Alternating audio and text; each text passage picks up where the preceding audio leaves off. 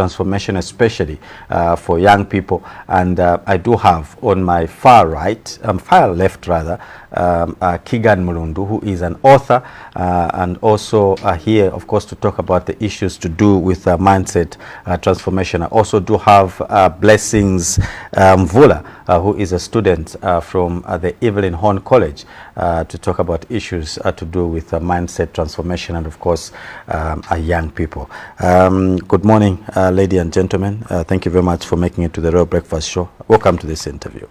Good morning. Thank you. Let me start with you, Keagan. Of course,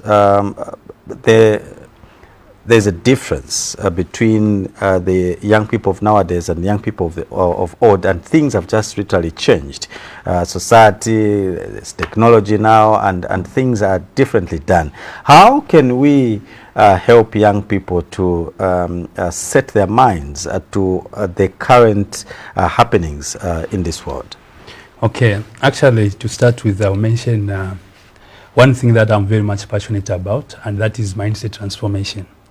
Now, mindset transformation, I think, is one of the solutions to most of the challenges that we are facing today, even as a country. Mm-hmm. And I'm so passionate about the youth leading this narrative, because I know that for sure, if we start by the youths changing their mindsets, it means we are building the Zambia of not only today, but even of tomorrow. Mm-hmm. So usually the youths are like find themselves in things that even distract them from going to the next level, mostly because of their mindset. Mm-hmm. So it is about the time that the youths understand the responsibility that they are having in the building of their country and also their continent, which is Africa in this case. Mm-hmm. So in most cases, in understanding the current times, to say, okay, at least at this time that we are moving at, there is the issue of technology, and this technology can help build them.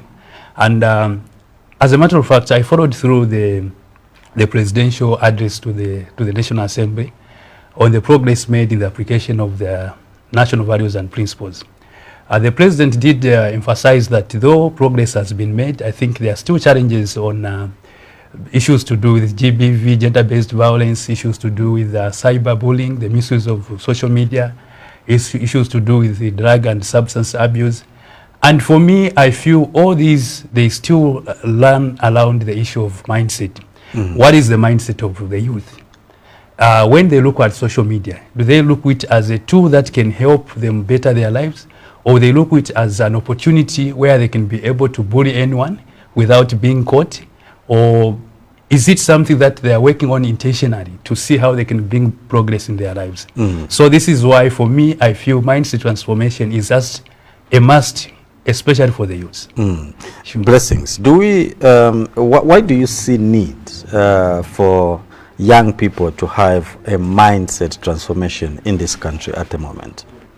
Oh, all right. So about mindset transformation, we are looking as youths as future leaders.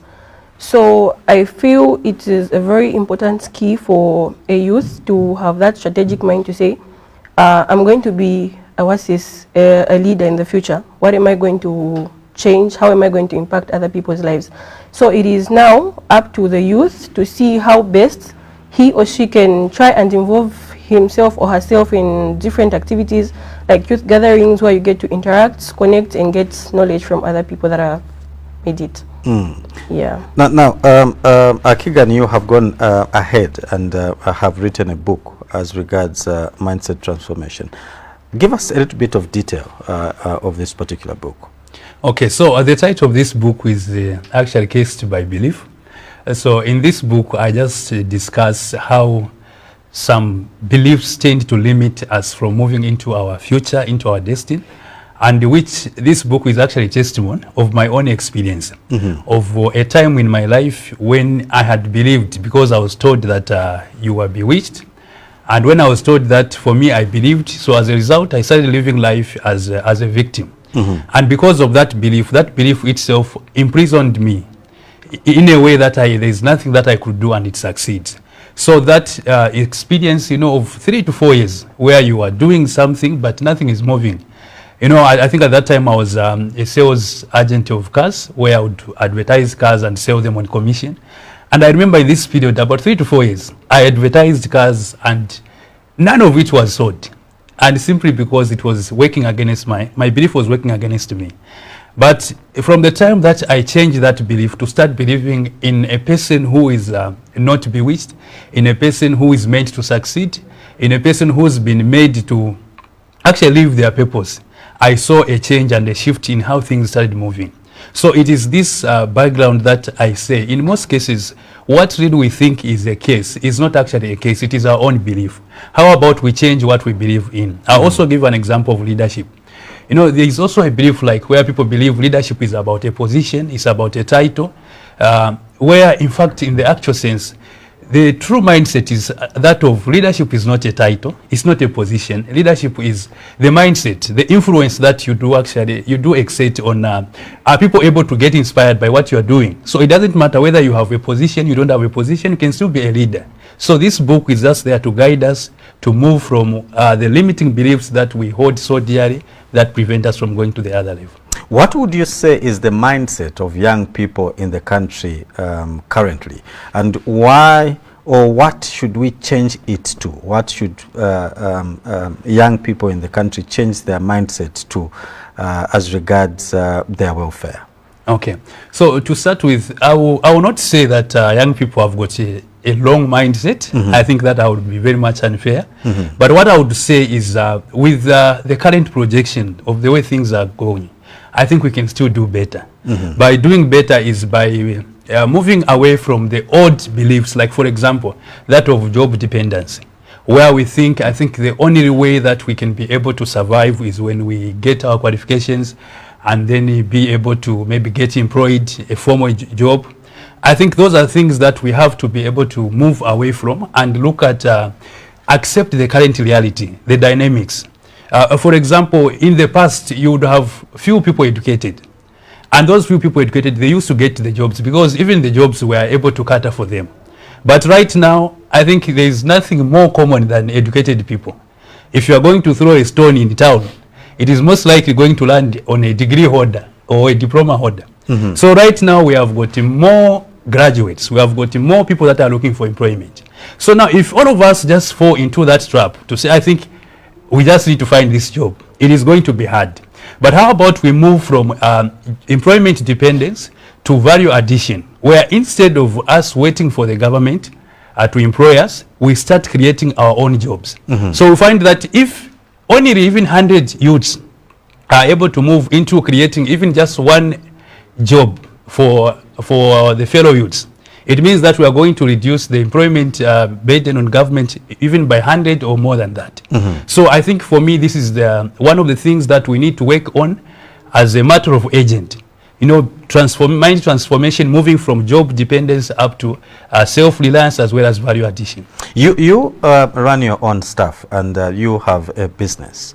Sure. When you look at the current environment in this country, do you think that is conducive enough for young people to shift their mindset from looking for a job for themselves to start doing their own things like you are doing? Is the environment supporting that kind of shift that you are advocating for? Okay. Now, that's a very nice question. You know, in most cases, people will tell you, actually, I'm more than willing to learn a business. I'm more than willing to work for myself. But the circumstances surrounding me, they are not just favorable. If they were favorable, I think this is something that I would have done long time ago. But now, I want to put it very much clear to say, circumstances may not just be very much favorable for you to say, now start. So in whatever situation or in whatever circumstance, I think somebody can still be able to make up things and work for them. So is the environment all right? Is the environment favorable? It is very much.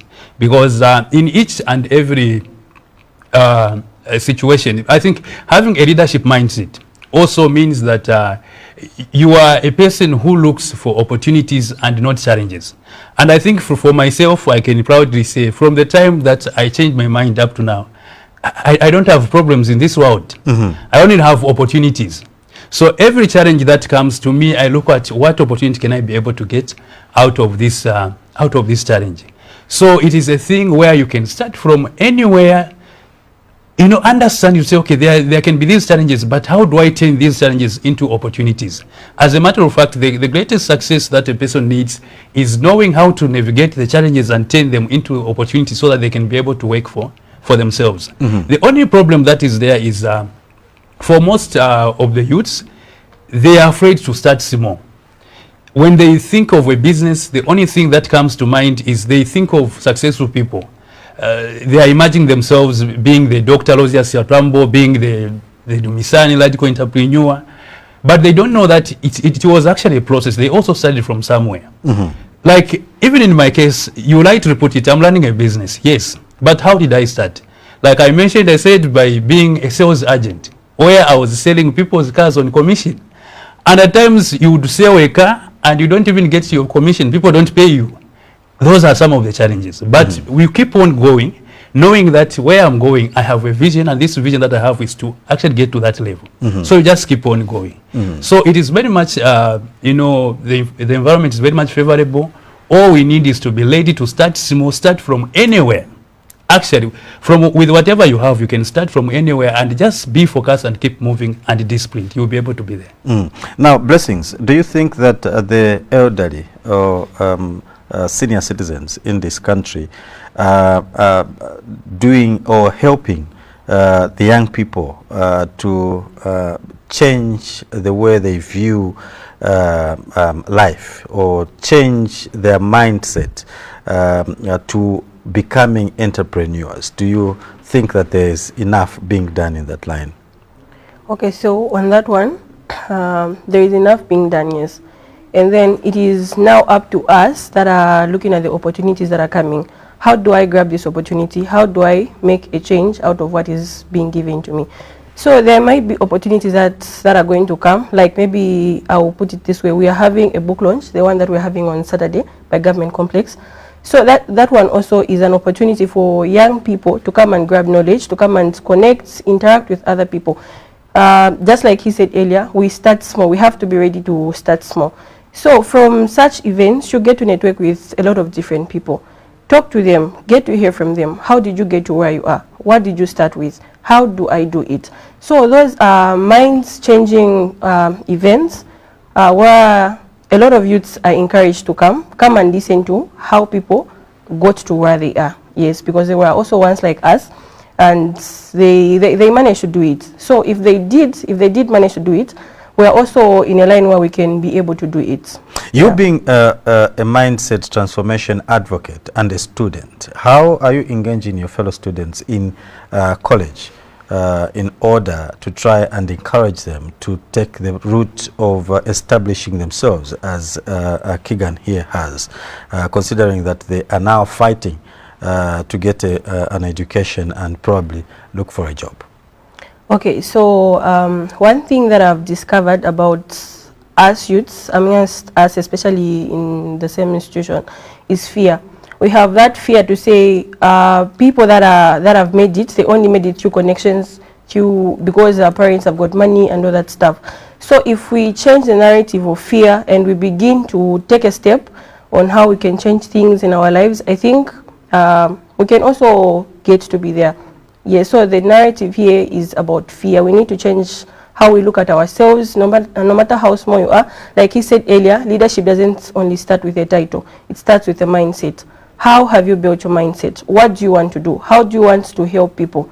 So as a youth, where I am, and me being at a college where there are a lot of people, I try by all means to talk to these other students, try to talk to them about how you can change the narrative of fear and how you can get there. Education being a very key, important factor in our lives, we also need to have that knowledge that we can gain from other people like businessmen, because education itself, yes, we attend degrees, we attend diplomas, but without the knowledge from maybe an interaction with other people, I don't think we can be able to push that degree to somewhere else. Yeah, so I feel with that degree, that diploma, and the knowledge from other people, maybe business people, other people like maybe Mr. Keagan, the author here, we get to ask him, no, how did you get to where you are? What did you do? How can I also do it? I feel with that help, we can break that chain of fear and get to be there as well. Keagan, What word of advice would you have for young people that are struggling right now to get a job or find purpose for their lives and what they consider as their passion? Okay. Yes, in fact, my word of advice is if you are here watching and maybe you are trying to push things, especially trying to get a job and just establish yourself. And I also must be quick to mention that I do not really feel that jobs are bad or people are not supposed to be employed. They are very much good. As a matter of fact, for this life to continue operating, we will still need all the sectors to be operating. We will still need banks to be operating. We still need tellers in the banks and teachers in the school. So even as much as we promote mindset transformation, it's not just possible that all of us are going to leave employment and start businesses. Then who's going to be buying who at the end of the day? So mindset transformation has got everything to do with how we take what we are doing. Is it business? Is it work? Because a transformed mindset and one which believes in the future and also development, the development of our country, is one which is going to make sure that even the way they handle things, the way they do things, is going to benefit not just them as individuals, but as a whole. So to a young person who is struggling, maybe trying to find employment, all I can say is that do not give up in whatever you are doing. As a matter of fact, in life, you can start from anywhere and still maybe push yourself to where you want to go. So sometimes the reason why people struggle so much is, for example, they have studied medicine. So their passion is in medicine. And the only job that they are looking for at that time is one that is going to make them maybe, work as a medical doctor or whatever in that field. So maybe if you try in there, you are not finding what you are looking for. Also, just try to lower a bit your standards. It is not a bad thing, even as one who is a professional, even to go and start even as a security guard. You can start there and you keep on moving up to get to the point where you want to be. So just be not afraid to start from wherever you are and keep on pushing until you get to where you want to be. We are watching the Royal Breakfast Show, and before we get to the book and the book launch, we do have some of the text messages that have come through as regards what we are discussing this morning, and we're talking about mindset transformation, especially for young people. We do have in the studio Keagan Mulundu, who is an author, a young person also who is advocating for mindset transformation, and he has done a book on that particular topic. And we also have Blessings Mvula, a student at the Evelyn Horn College, also an advocate of a mindset transformation. Let's just have a look at some of the text messages that have come through. It's encouraging to see young people speak so boldly about transforming young minds. Mwenya from Mpatamato. Thank you very much, Mr. Mwenya, for that particular text. We appreciate it. We appreciate your contribution. Young people need to be empowered in one way or the other. They are the future of the country. This is Jessica from Andola. Thank you very much, Jessica. We appreciate your text message and appreciate your contribution on this particular program this particular morning. Would you want to react to those text messages before we get to the book launch? Jessica thinks that young people must be empowered, and also Mr. Mwenya is encouraged that we have young people that are thinking of transforming the minds of young people. Thank you so much. In fact, for me, Mr. Mwenya, I think it's an appreciation. Madam Jessica should believe that's a female name. For that one also we appreciate. And just to add on Madam Jessica's point, and for me, according to the way I look at things, I believe the biggest empowerment that young people need is the mindset transformation. That is the biggest transformation. That's the biggest empowerment. Because, policies can be in place. Opportunities can be there. But what is going to determine how much we use those opportunities or whether we're going to maximize on them or not is our mindset. Because I usually like to put it this way. Even when you are going to start giving out free money, to say, okay, just come to town at Chachacha Road, you find we're distributing 100 kwacha to each. Again, not everyone is going to come. And when I say not everyone, even those that I need, not everyone is going to come. Some, because of their mindset, they will think, no, this is a scam. some just like that, it doesn't just sound good to them because their minds have been, reconditioned to just think negative and not positive in their lives. So the biggest empowerment that we need before we even talk about any financial empowerment, any employment empowerment, is first of all to transform the minds of our youths, to transform the minds of us as youths. And that is what is going to determine how much empowerment more we can utilize after our minds are able to receive and utilize that empowerment. I did ask Blessings earlier as regards the role the elderly people are playing in helping to transform the minds of young people. And now we have an issue of empowerment coming from Jessica. And we do have empowerment initiatives, especially under government, where there are initiatives like CEEC and, of course, empowerment initiatives under the Constituency Development Fund. Do you think that there is enough information given to young people as regards how they can access these funds? Okay. So I think for me, in fact, I'll start answering this question. I'll start by putting up this point clearly. In most cases, growth in life happens when we are deliberate by also knowing our responsibility. So in this life, easy it is to blame other people even for your own misfortune. No, I'm not yet there because this one has not done this. This one has not done this. But few are the times when we are going to be honest with ourselves and say, I'm not yet there because I have not done this. So in most cases, when we talk about, especially if our concentration is on the young people, when we talk about what has not been done, we tend to lose direction because then we're going to be shifting responsibility from us as the young people to other people who are maybe, our success is not dependent upon them. It is up to us to do what we can. So now, I think I would appreciate if the question can be, have young people done a lot to try and look around the opportunities that have been made available to them? Of which I believe that just even when you look at the social media, what is going on, what people are talking about, it is going to tell you that most young people are actually uninformed of these initiatives, of these empowerments. Because when you see advertises, I remember, is it last year or the other year, when I saw an advert and I was just checking through the comments on the same, where there were comments, no, you already know who you are going to give these empowerments, no, even when we apply. So there's all just this negativity around it, like where they feel, no, these things are just a scam, they do not exist. But how about when you see something, just go there positively and give it your best. If at all what is needed are the documents, the company registration documents, tax clearance, put all those documents. Put up your application and then sit and wait. I love what Elon Musk said. He says, I would rather be optimistic and wrong than be pessimistic and right.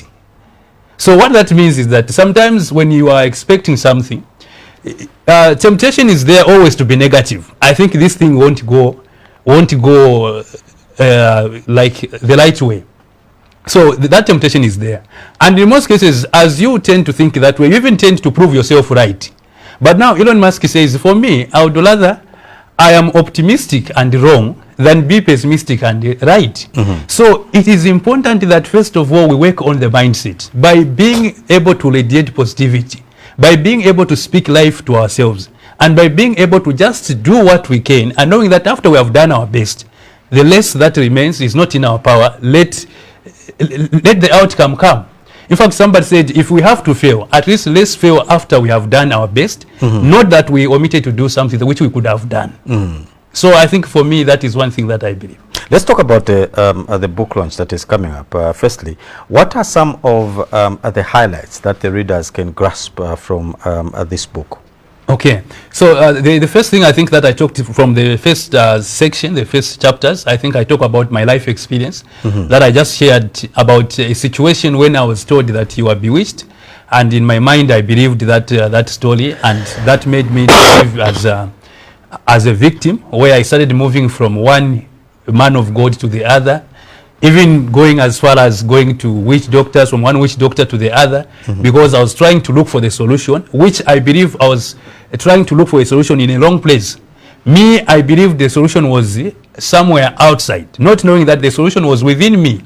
There's an old African proverb which says, if there is no enemy within, the enemy outside can do us no harm. So for me, I think I didn't understand that at that time, because I kept on looking for this solution elsewhere. Then from there, now I talk about the turning point. How did I come to actually be able to recognize that I was actually the biggest problem to myself. So from there, I talk about how you get to discover the power that is within you. Now, when you read the book in Ephesians chapter 3, verse 20, the Bible says, "Now unto him who is able to do exceedingly abundantly above all what we ever think, ask, or imagine, according to the power which worketh within us." So according to this verse, it is telling us that God is able to do exceedingly and abundantly above all what we can think, ask, or imagine, and he works those things according to the power which is within us. So I just talk about also explaining this power which God has put in us, which is working within us, and how we can be able to maximize it. Then I also talk about to say, in order for us to do this, we need a renewed and transformed mindset. And now this thing does not happen as a one-day thing, like where you just wake up and say, from today onwards, I'm renewing my mindset. It doesn't operate like that. It has to be a process, because you must understand that the human mind is divided into two parts. There is the conscious mind and there is the subconscious mind.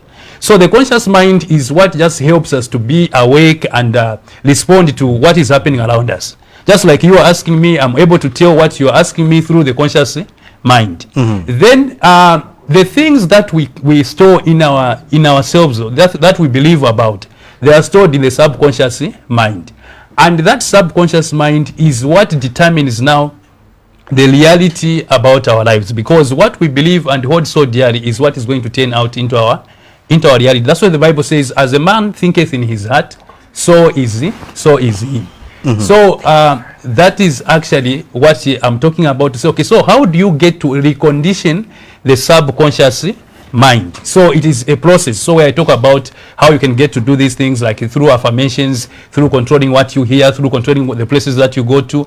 And then from there, I also talk about the truth about money. No, there are people who believe that money is evil. The love of money is all root of evil or sin, as it may be. According to the Bible.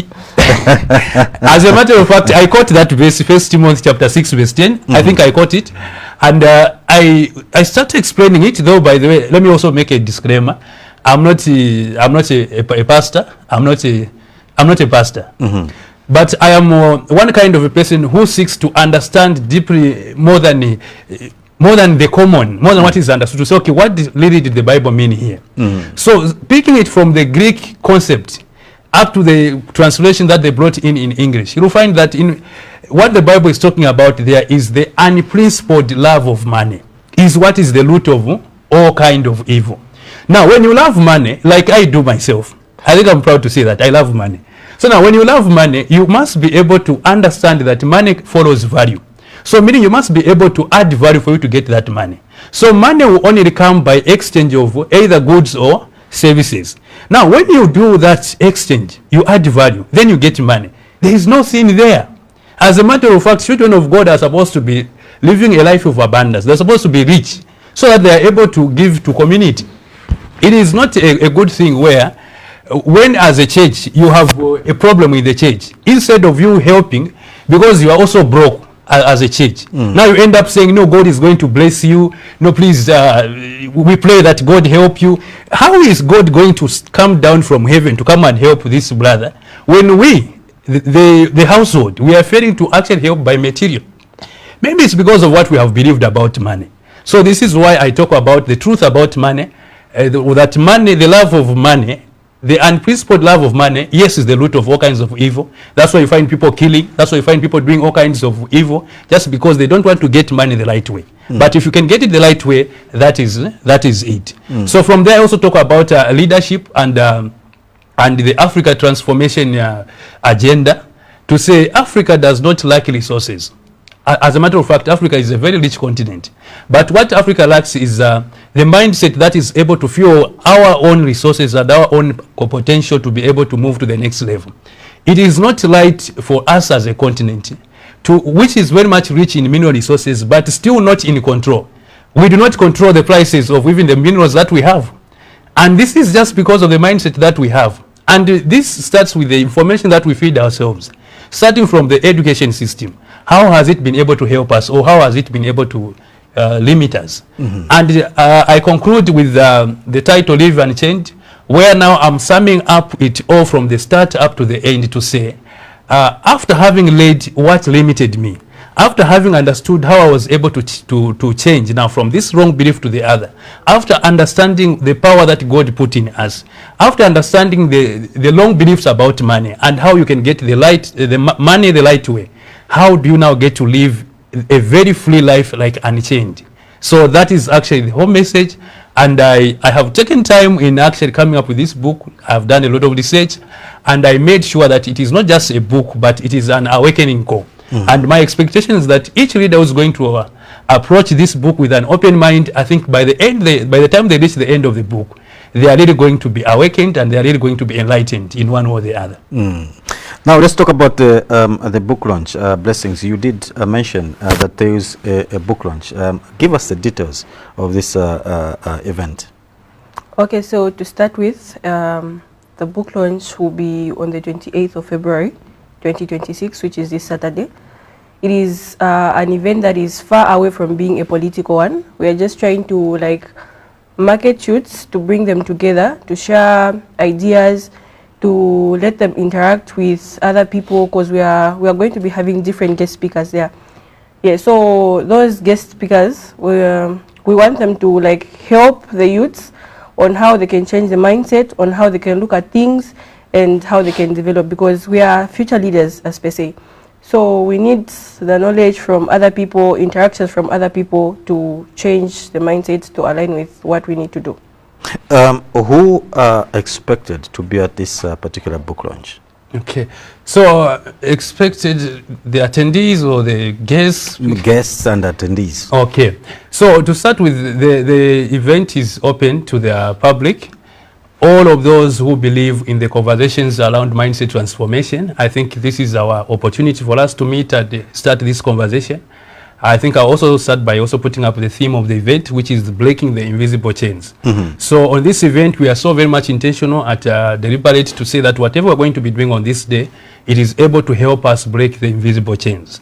So it is open to the members of the public, especially the young people, who are very much ambitious, who still have a lot of goals to achieve. I think they are most welcome to this event. And even professionals, elder ones, who are very much also interested in the conversations that, speaks around mindset transformation, they are also very much welcome. And on the speakers, I think we've also done a very commendable job, where the organizing team has been able to come up with a very good, powerful lineup of speakers. Among them, we have got Professor Nyanga, who's the Vice Chancellor for Spatial University. We have got Mr. Simon Mvula, the prominent Lusaka lawyer.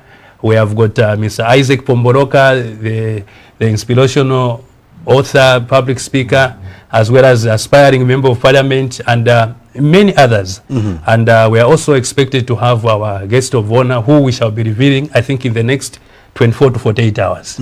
So it is really going to be a very powerful event, which anyone out there might not want to miss, especially if at all they are serious about personal growth in this 2026. Are there any charges attached to attending this particular event? Well, I forgot to mention that. So this particular event, I want to mention this to say this event is impact driven and not profit.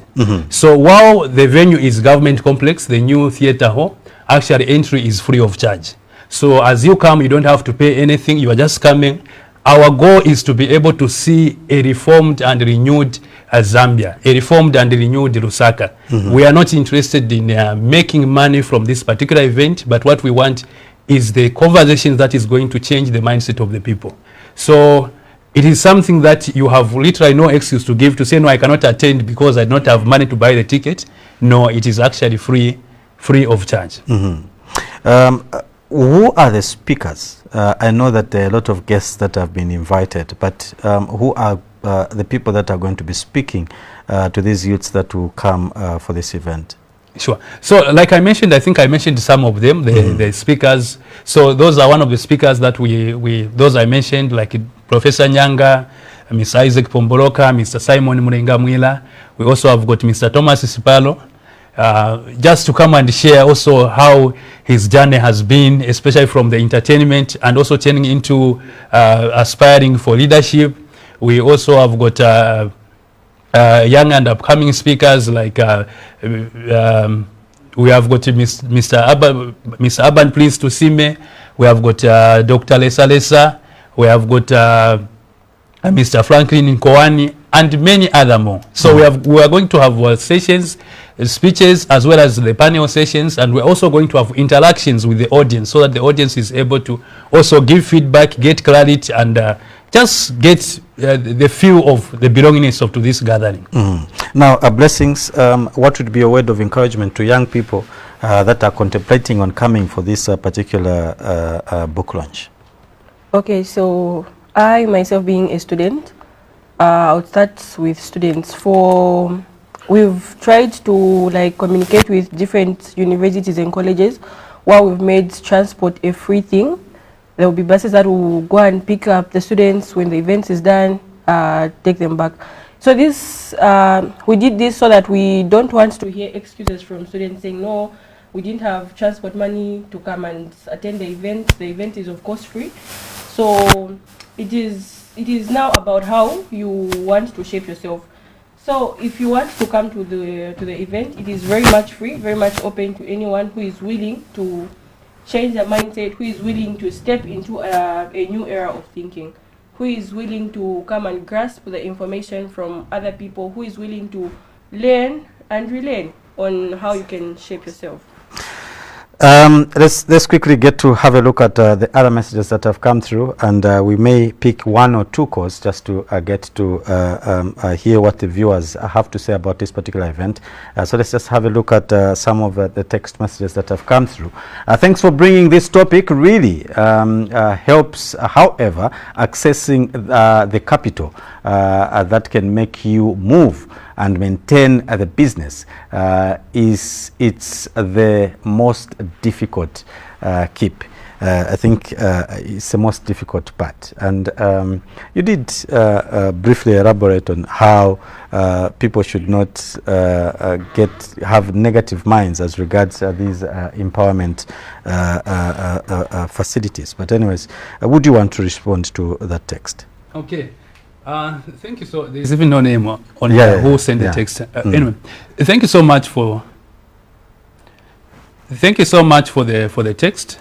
Now the issue to do with the capital, I think this is why I'm so passionate about mindset transformation. Now, dear viewers, I want to make this point clearly. Being a businessman is not determined by the capital that you have. It is determined by the person that you have become. Are you yourself a businessman? Now you must understand to say before capital comes, you must be able to transform yourself and carry yourself as a businessman. Now these things, they do not go along. You first have to become before you have. So in most cases, most people who seek or who look for capital and they can't find it, it's because they have not yet become a business person, because it is mindset. To start a business, you don't need the capital. All you need is the mindset and the mindset and the influence of a businessman. Because those things, once you develop yourself... Before you continue, sorry, let's see if we can bring in one caller. Hello, good morning. Good morning, the President of Botswana, Mutswani Tate. Ensangwe, Mutswani. Sure. Morning, young man, and my daughter there. Good morning, thank you. Yes, please, I think you have encouraged me. You are the people whom we want in Zambia. You have encouraged me. As all the other you have inspired me. And what I just want to urge is to urge these young ones, those who are following this program, to come and attend so that they can learn more. Very inspiring young man, and keep it up. Those are the comments which I wanted to comment to you. Thank you very much, Mr. Kamasongo. We appreciate. Thank you very much for coming through. Hello, good morning. Hello, good morning. Good morning, sir. Good morning, the panel there. Good morning. Your name and where you're calling us from? My name is Gerard Lukama. I'm calling from Mulundu Specifics in Tambo. Please go ahead, sir. Yeah. I'm very following this panel. In fact, me, I can concur, which happened even to me. I was just in bus in Lusaka. Someone told me over the business minded. It was affect me, really. That's why I grown up in business since 2007 up to today. Without, I had not even a capital. I started myself a small business, but now I've reached the panel whereby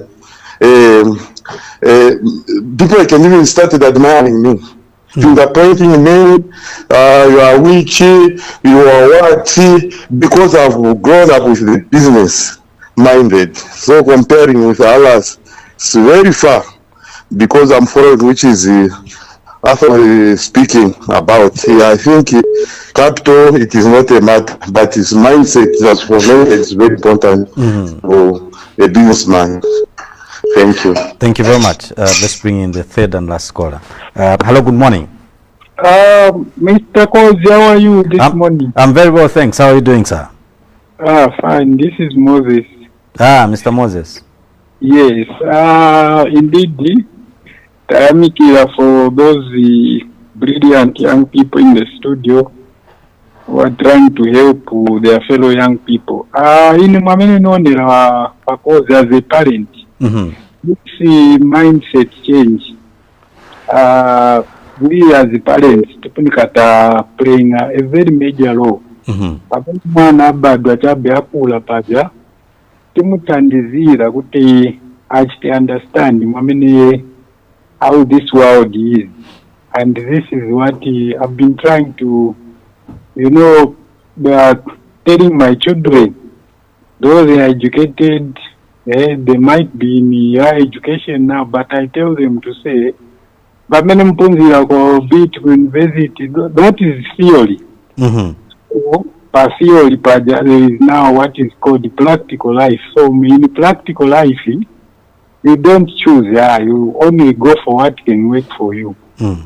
Good that you are getting that knowledge at a high level, but now you need to transform it into something that can work for you. So in as a parent, I teach them whether mwana mwamuna enda kasuke mambale kyanga munyumba and so on and so forth. Enda ku market kagule. That is mindset. So mwana pamina akula paja mind yake enda ikula naija mind yakuti azi muntu nifunika nisebenza ichitako contribute something. So life in my parents, we have got a very big role to play. Tisaziyembekezera chabe pamene vana wakula manje wankala stranded wambo funa utini.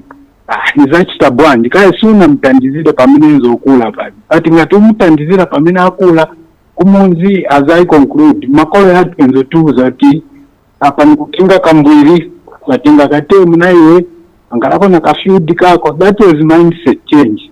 So tenzokula na yamini ijachabe working culture. That's why sina tivute maningi ife wakudala manje wa manja wakairi wapezi katini kwa saving. There is a maid garden boy sanga juwe kuna mtu mauzu pa nyumba. Anyway, we are listening. Let me give chance to other people also to contribute. God bless you. Thank you very much. I think that we need to conclude, but before we do, we have quite a number of text messages that have come through, a few more text messages that have come through that we are going to look at, so that maybe you give us your conclusion with the callers and the text messages in mind, even as we come to the close of this interview. We'll have a look at morning. Sir, may I have the mobile number for Keagan Mulundu? I need more information on mindset transformation. Amos Vesa. Thank you very much, Amos. We shall surely ensure that we give that number to you if Keagan is okay with it. Thank you for the word thank you for the word of mindset. Where can I find? Maybe where can they find the book? We appreciate it. Thank you very much for coming through. Thank you for that text. There's no name to it. Well, very encouraging. Keep it up. Thank you very much. We appreciate that text. There's no name to it as well. Those are some of the text messages that have come through. As we conclude, let me start with you, Blessings. What are your final words, and also putting in mind the callers and the text messages? Okay, so let me keep it brief. We would just want to encourage people out there, especially that we are launching the same book. We would just like to encourage people out there to attend the event, come in numbers, come and see how you can shape your life, come and see the strategies on how you can change what you believed in the past and how you can put in new things on how you can shape your life. So come in numbers. A lot of youths come and break the invisible chains, as we have put the theme to it. We are ready to welcome you and see you there. Keagan, as you conclude. Well, thank you so much. To start with, I'll start by appreciating the callers, all the callers that have come through. I think we've taken note, and we appreciate your support. And also the messages, I think we also appreciate. But I've also seen some inquiries. And before the caller came in, the first call, I think I was talking about the capital issue and business issue. And it's also good that one of the callers came to confirm, to say, actually, you don't need capital for you to start a business.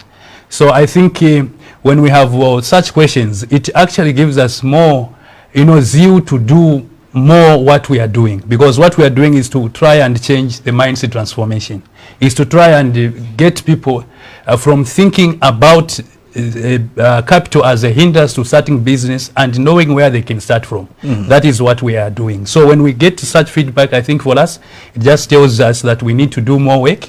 We need really to be able to continue doing what we are doing even more now. And just to also encourage, if there are also other people that are still having that challenge or that question to say, how do I start business? Capital is hard to find. Where do I begin from? I think you must be the right people that this event that we have organized is for. And like I have mentioned, this is not a profit event. We just want to come and at least make an impact, at least be able to change the narrative of even just one person. I think that is going to bring about, satisfaction in us. And I just want to call all of us, like the viewers and everyone watching, like the other caller said, to say, I think this must be our collective responsibility, even for the parents, to be able to instill the right mindset in their children. I think this must be a national conversation. This must be a thing that we cooperate and work together, regardless of our political affiliation, regardless of our background, regardless of whether we are youth or not. The mindset transformation is the answer to the most of the questions that we have, to the most of the questions that the youth have, because that is where it starts. Even corruption itself, it is a mindset thing. So if at all we are talking about, high levels of corruption and how do we get to a level where we can be able to fight it? It is also the mindset thing. So I'm just trying to appeal to everyone who believes in this conversation. You are around Lusaka, or you are allowed places around Lusaka, you are willing to attend this event, please come through. Let's have this conversation together, and we shall be pleased to have you. And there was also a request for my number. My number is simple. My number is 0976 12 12 13. 0976 121213. We'll be honored to have you. Thank you so much. Keagan and Blessings, thank you very much for making it to the Royal Breakfast Show. We really appreciate your time, and we hope that people will go to turn up. But before we go, I have a text message here which you should take home, and it says, great show, keep it up. The young people will gain something, because many lives have been ruined due to substance abuse. This has been an interview. Of course, we were talking to two young people who are talking about mindset transformation, and are having an event this weekend at the government complex. And of course, you can attend if you want to gain more from this particular conversation. On that note, we take a short break, and when we come back, we'll be concluding with the program.